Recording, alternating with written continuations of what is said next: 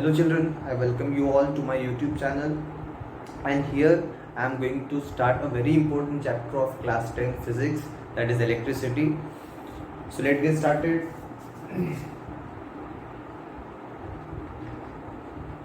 Children, I think you all have heard the electricity word many times in your daily life. So let us understand what it means. Electricity refers to the study of the charges. Study of charges is called electricity, and it is of two types. There are two types of electricity we come across. That is, one is the static electricity, another is current electricity. Static, the meaning of static is rest.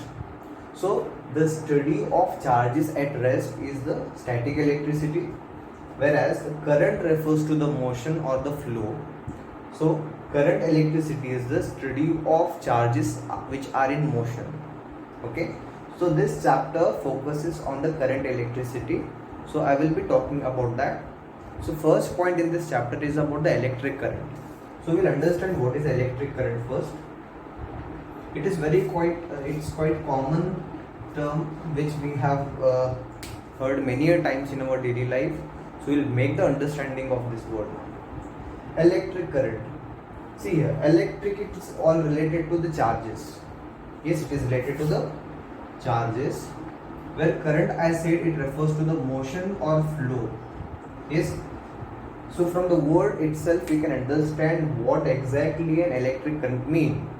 Electric current refers to the motion of charges or charges in motion. Yes, charges in motion can be understood as a electric current. So this is for our understanding. But we have to measure the electric current in the circuit. For measuring, yes, we can have a formula for it. That is, electric current is given by the symbol I, whereas for the charges we have the symbol Q. Okay, see here, this is the mathematical form of electric current. Okay, mathematically we can write this way. Electric current is the flow of charges, okay, per unit time.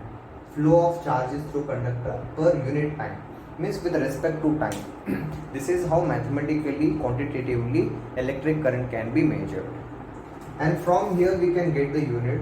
The unit of charge, I think you all know, coulomb, and time is second. So coulomb per second becomes the derived unit of electric current, whereas electric current has been given a SI unit of ampere. Okay, ampere is a SI unit of electric current, whereas a coulomb per second is a derived unit of it. Now the question arises, 1 ampere of current is equals to how much? Means when 1 coulomb of charges are flowing in 1 second, it make up 1 ampere of charge and 1 ampere of electric current. Yes, 1 coulomb of charges are flowing through the conductor in 1 second. It constitutes 1 ampere of electric current. Now again you may be thinking, what is 1 coulomb charge? See here, 1 coulomb has how many charges? You know how many electrons it has? Okay, 1 coulomb means 6.25 into 10 to the power 18 electrons. Means when these many electrons are flowing through a conductor, okay, when these many electrons are flowing through the conductor in 1 second, it is called 1 ampere of electric current. Understand? So 1 coulomb has how many electron or how many charges? It has 6.25, or round up you can just take 6 into 10 to the power 18 electrons. It's a very huge number. When those many electrons are flowing through this conductor in 1 second, it is called 1 ampere of electric current. Understand? Now after understanding electric current, which is about charges in motion, let us understand what make the electric current. Okay, how the electrons flow is possible. So let us get into that. How the flow of charges is possible. Okay, see here. Before that, let me take one analogy here. I take two, let's say, beakers I take here. two containers I have, okay, which are connected by means of a tube. This, okay, this has a, you can see the level of water in this one A and this is B. Here the level of water is less. Now you can see the water flows from A to B. Okay, it is, well, naturally you can say that water flows from A to B. Okay, this way water keep on flowing. Flow in the sense current. Okay, means water current it constitute here. Means water flows from A to B. Means for the flow of water, what is required is the difference of height is needed. Difference in the level of water makes the water to flow. Yes, are you getting my point? Difference in the level of water makes the water to flow. Similarly, one more analogy, two hot objects, let's say A and B, one is at 40 degree, another is at 20 degree. Okay. Here in this case, heat flows from A to B. Means for the flow of heat, temperature difference is needed. For the flow of water, level, okay, difference in the level is required. Similarly, for the flow of electrons, through a conductor is, one quantity is required, that is called the potential difference. Okay, instead that what I can say, difference in the concentration of the electron. Means one side electrons should be more, other side electrons should be less. Then only electron flows from high concentration to the low concentration. Okay, means this difference in the concentration of electron is called the potential difference. In physics it is called as a potential difference. Yes, here level of difference in water makes the water to flow. Similarly here the temperature difference makes the heat to flow from A to B. In the same sense, the difference in the concentration of electron between the two ends of the conductor makes the electron to flow from one point to another. Once the electron flow, it constitutes electric current. Yes, so this difference we called in physics as a potential difference. It is called potential difference. So after understanding what is potential difference, the concept we understood here. Yes, we understood the concept here. Means difference in the concentration of electron make them flow from one point to the another point of the conductor. Now mathematically let us understand what is the potential difference. Okay, the quantitative definition of potential difference. In short, I will be writing here PD here, potential difference. Look here, let us go back to this wire here. A wire has lot of electrons in it, okay, which are negatively charged particles. Okay, now you all know that electrons cannot flow from one end to the another by their own. Yes, for example, if I say there is a football which is laying on the ground, yes, can it move from one point to the another point by its own? Impossible. Similar in this way, means work has to be done on the ball so as to move it from one point to the another. Means for its flow, work has to be done. Similarly, for the flow of electron from one point to the another point of the conductor, work has to be done on that. Yes, that is being done by the cell or a battery. Here when I use a cell or a battery, then it has many chemicals stored in it. So using those chemicals, it keep on pushing the electrons, doing the work from one point to the another. So children, potential difference mathematically, quantitatively, it can be defined as work done on, yes, unit charges. It is the work done on the unit charges in moving from one point to the another point of the conductor. Okay, potential difference is nothing but it is a work done on the charges. Who is doing that work? It is a cell or a battery which has a stored chemicals in it. Okay, chemical reaction produces chemical energy. That energy is being utilized to do the work on the charges, okay, in moving them from one point to the another point of the conductor. So potential difference, how do you write it? That is the work done on the unit charge, okay, unit charge in the sense 1 coulomb of charge in moving from one point to the another point of the conductor.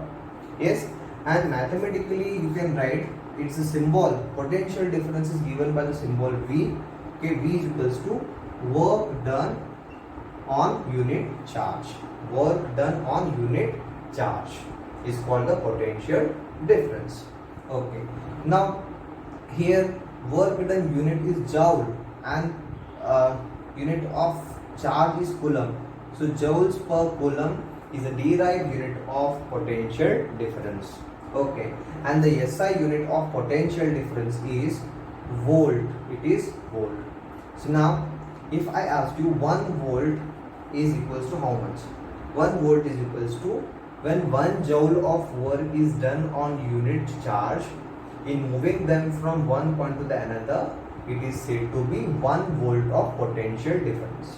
Okay, means when 1 joule of work has been done on the unit charges in moving them from one point to the another, this is called 1 volt of potential difference. Hope you understand. Now after understanding the concept of potential difference, see here, two quantities we have learned so far. One is the electric current, another is a potential difference. Yes, see here, electric current is a charges in motion, means flow of charges. Potential difference, work done on charges in moving them from one point to the another. So these two quantities, there is a law called the Ohm's law, which gives the relationship between these two quantities which we have learned right now. Let's see what is that Ohm's law. See here. So we'll understand what is Ohm's law here.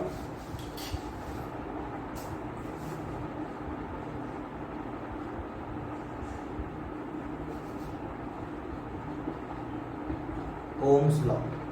See, what is Ohm's law? Ohm's law says that, see here, we'll understand taking the example here. See here, I have designed one circuit here. Yes, plus minus this switch. So let's say I have used here 1.5 volt of battery. Potential difference is 1.5 volt. Yes, and there is some amount of current is flowing through it. And what happened? The bulb will glow out. Now what I will do, I will replace this 1.5 volt battery with the 3 volt. Yes, now the brightness increases. Means as I am increasing the voltage, current through the circuit also increases, which in turn increases the brightness of the bulb. Again, if you increase to 6 volt, again the current goes on increasing, which leads to the increasing brightness in the bulb. So this is what exactly the Ohm's law is, children. Means volt, that is potential difference increases, current in the circuit also increases. So what kind of relation do you find here? Direct proportion. So we can write potential difference directly proportional to current flowing through it. Yes, this is how Ohm's law can be written. Understand? Means what do you observe here? As I am increasing the potential difference, current in the circuit also increases, which leads to the increasing brightness in the bulb. Understand? So we can find here voltage or the potential difference increases, the current in the circuit increases. When you decrease the voltage, there will be a decrease in the current as well. So this is the Ohm's law. Okay. Now when you solve it, you can write it as a V is equals to IR. Yes, V is equals to IR, where V is the potential difference, I is the electric current. We have got a one constant here, that is called the resistance. Here it is called resistance. So we'll understand what is resistance now. See here, you must be knowing the meaning of resist. Resist means to oppose. Yes, to oppose or to obstruct. Means what is happening in the conductor, children? When the electrons are flowing, okay, when the electrons are flowing through the conductor, their motion is obstructed, their motion is obstructed, and that is called resistance. See, a voltage is pushing the electron, means potential difference is pushing the electron. Yes, electrons are flowing, means current is generated. Okay, there is a current in the circuit. Whereas there is another factor that is opposing the flow of current, flow of charges. That quantity is called the resistance, and it is given by the symbol R, and its unit is ohm. Unit is ohm, and this is a symbol which you read as omega. Okay, now see here, resistance. What is resistance here? Resistance, children, it is nothing but opposition for the flow of electrons through the conductor. When the electrons are flowing through the conductor opposing their motion, this action is called the resistance. How the resistance is offered? You see here, when the electrons are flowing, they are colliding with the positively charged ions in the conductor. Okay, they are colliding with the positive. See, I have told you that in the conductor two things are present, electrons and the positive ions. So when the electrons are moving, okay, they are colliding among themselves, at the same time they are colliding with the positive ions.